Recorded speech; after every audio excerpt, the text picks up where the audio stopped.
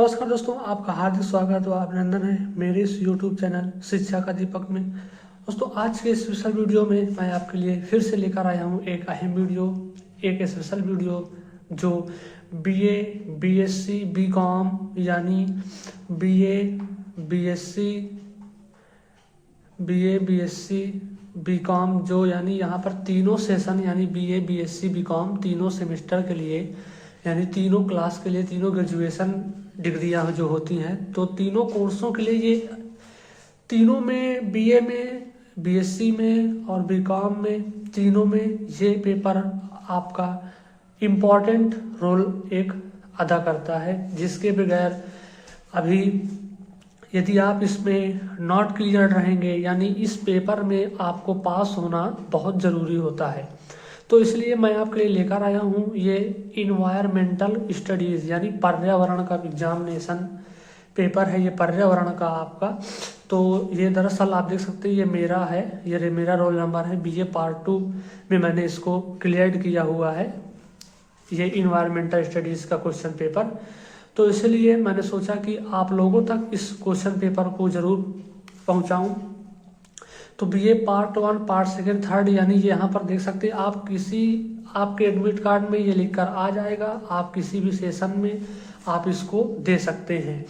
ये पर्यावरण का पेपर है, मैक्सिमम मार्क्स 100, अधिकतम अंक 100 यानी एक क्वेश्चन 1 नंबर का और 100 क्वेश्चन रहने वाले हैं आपके इस प्रश्न पत्र में। और तो ये था इस क्वेश्चन पेपर का बैकग्राउंड जो भी हाल 2022 में कराया गया है। तो इसके अंतर्गत BA, BSc, BCom यानी तीनों पार्ट में ये क्वेश्चन पेपर आपके लिए बहुत खास रहने वाला है।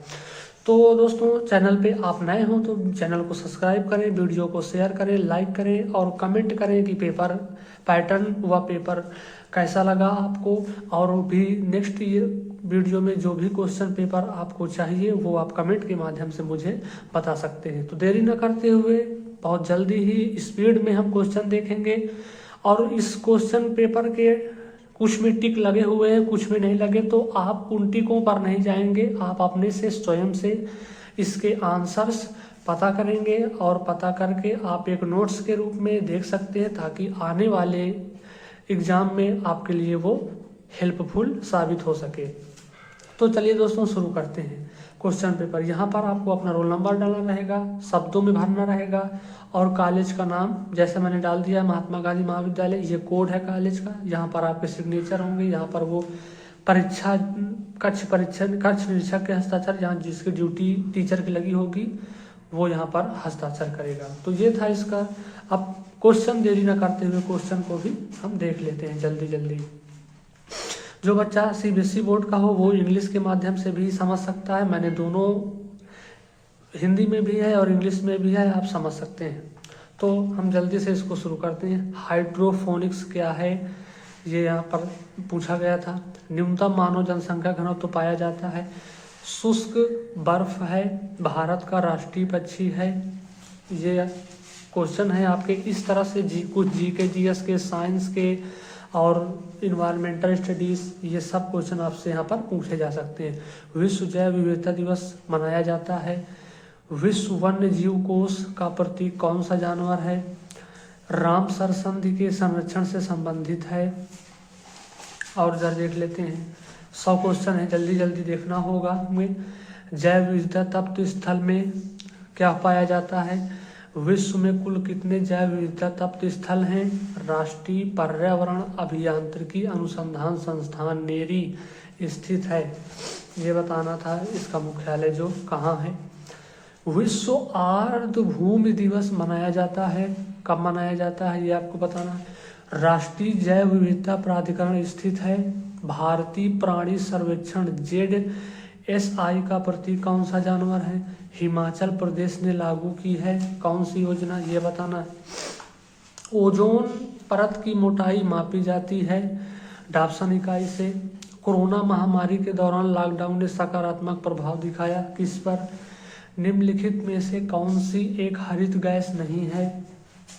ये सब क्वेश्चन आपके साइंस के भी हैं, आप सब GK, GS के भी हैं, पार्क राष्ट्रीय उद्यान से भी हैं। हरित मफलर संबंधित है किससे? भारत में वायु प्रदूषण नियमन अधिनियम लागू हुआ भारत का प्रथम राष्ट्रीय उद्यान है जिम कॉर्बेट राष्ट्रीय उद्यान। इडैफिक कारक संबंधित है। तो यहाँ पर आपको दिख रहा होगा कि क्वेश्चन ऑल टॉपिक से, किसी भी टॉपिक से पूछा जा रहा है। झीलों से भी पूछा जा रहा है। डल झील स्थित है, ये ओजोन छतरी पाई जाती है। भारत का राष्ट्रीय वृक्ष है बरगद, ये तो सबको पता है। ईविल क्वारेट संबंधित है। ये क्वेश्चन आपके इस तौर से दिए गए हैं और ये क्वेश्चन पेपर आपके लिए बहुत अहम रहने वाला है दोस्तों। इसको क्लियर करना बहुत ज़रूरी होता है। बगैर इसके क्लियर आपके रिजल्ट में नॉट क्लियर का आप लिख जाएगा तो वो मार्कशीट में शोभा नहीं देता, इसलिए ये क्लियर करना बहुत ही ज़रूरी होता है। ऊष्मी द्वीप पाए जाते हैं। कौन एक जल पुरुष के नाम से लोकप्रिय हैं? निम्नलिखित में से कौन सा एक वन्य जीवों के विलुप्तीकरण का कारण नहीं है? निम्नलिखित में से किसे पृथ्वी का फेफड़ा कहा जाता है? और यहाँ पर देख लेते हैं, निम्नलिखित में से कौन सा एक जैव विविधता तप्त स्थल नहीं है? कौन सा राष्ट्रीय उद्यान उत्तर प्रदेश में अवस्थित है? फूलों की घाटी राष्ट्रीय उद्यान स्थित है, ये उत्तराखंड में स्थित है। और यहाँ पर देखते हैं, रानी झांसी समुद्री राष्ट्रीय उद्यान कहाँ स्थित है? उच्चतम जैव विविधता पाई जाती है, पेरियार वन्य जीव अभ्यारण्य स्थित है केरल में। और यहाँ पर देखते हैं, हंगुल संरक्षित है। काजीरंगा राष्ट्रीय उद्यान प्रसिद्ध है किसके लिए? केंद्रीय शुष्क क्षेत्र अनुसंधान संस्थान स्थित है। संस्थान अनुसंधान संस्थान नेशनल पार्क, इससे क्वेश्चन आपके इस पेपर में ज़्यादा पूछे गए हैं। किसे टॉयलेट मैन ऑफ इंडिया कहा जा सकता है? निम्नलिखित में से कौन सा एक जलवायु परिवर्तन हेतु क्रायोजेनिक संकेतक है? पर्यावरण को मच्छर मुक्त करने के क्रम में हमें पालना चाहिए। निम्नलिखित में से कौन सा एक बायोडिग्रेडेबल प्रदूषक है? ओजोन छिद्र का तात्पर्य है। धुआं का घनत्व मापा जाता है किससे? ये बताना है। वायु गुणवत्ता सूचकांक AQI नहीं मापता है। घुड़खर अभ्यारण्य जहाँ जंगली गधे संरक्षित हैं स्थित है, कहाँ है ये बताना है। ग्रीन पीस इंटरनेशनल का मुख्यालय स्थित है। राष्ट्रीय समुद्र विज्ञान संस्थान NIO स्थित है।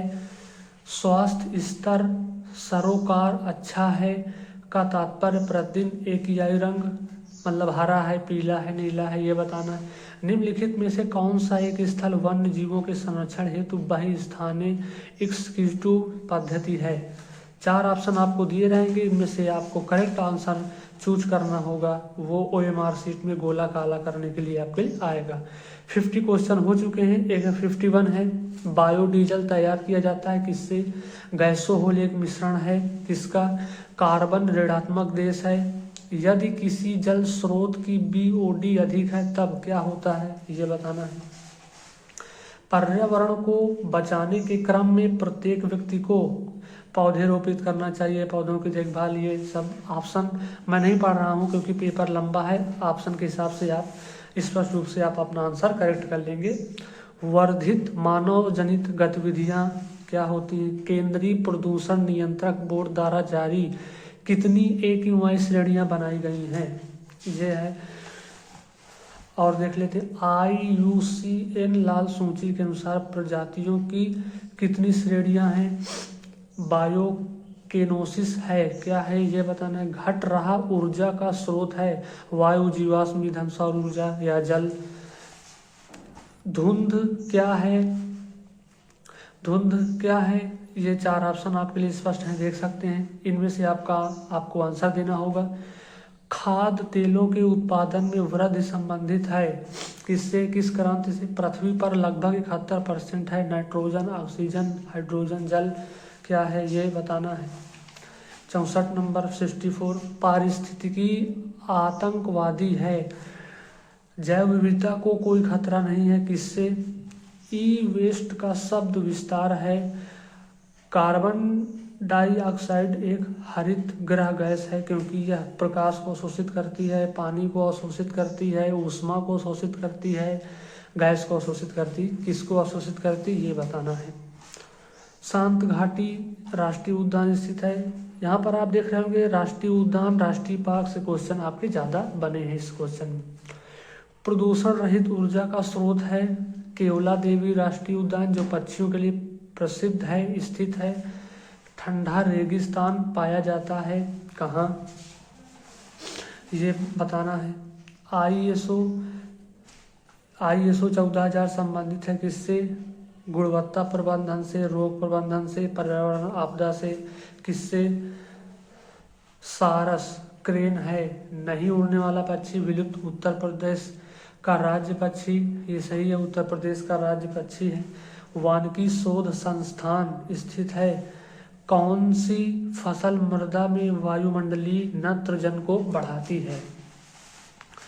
और यहाँ पर देखते हैं नामेरी राष्ट्रीय उद्यान स्थित है कौन सा राष्ट्रीय उद्यान, उत्तराखंड में नहीं है।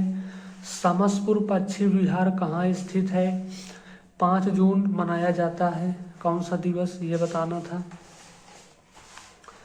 भारतवर्ष का पहला संरक्षित जैवमंडल है कौन सा, अम्लीय वर्षा का प्राथमिक कारण है। ध्वनि है तेज आवाज, स्थिर आवाज, उच्च आवृत्ति आवाज, अवांछित आवाज। हरित ग्रह प्रभाव संबंधित है किससे। प्रकाश संश्लेषण के दौरान पौधे उत्पन्न करते हैं, जलमंडल में विकासीय गतिविधियां उत्पन्न करती हैं किसके कारण। पर्यावरण एक जीवन रक्षक पद्धति है जिसमें शामिल है मिट्टी, पानी, हवा, उपरोक्त सभी। 87 नंबर देख लेते हैं। शाकाहारी को यह भी कहा जाता है, इनमें से क्या कहा जाता है, किसी पारिस्थितिक तंत्र की खाद्य श्रृंखला में अंतिम घटक होते हैं। कौन सा पारिस्थितिक पिरामिड हमेशा सीधा होता है। सूर्य की किरणों से निकलने वाली ऊर्जा को कहते हैं वायु ऊर्जा, ज्वारीय ऊर्जा, सौर ऊर्जा, जल ऊर्जा, क्या कहते हैं ये बताना। WHO